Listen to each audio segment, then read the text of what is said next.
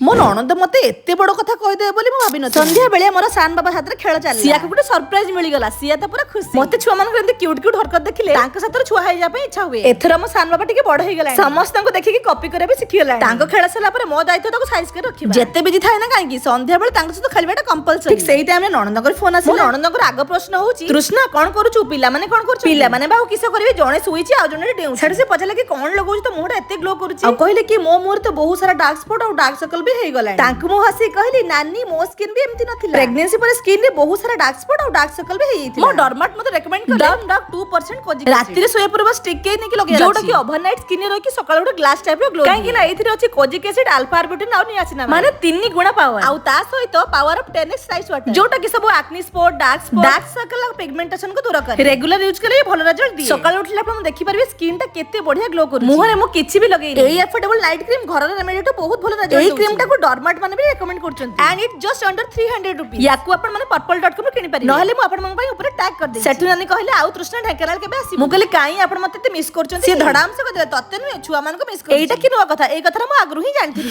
Jay Jagannath.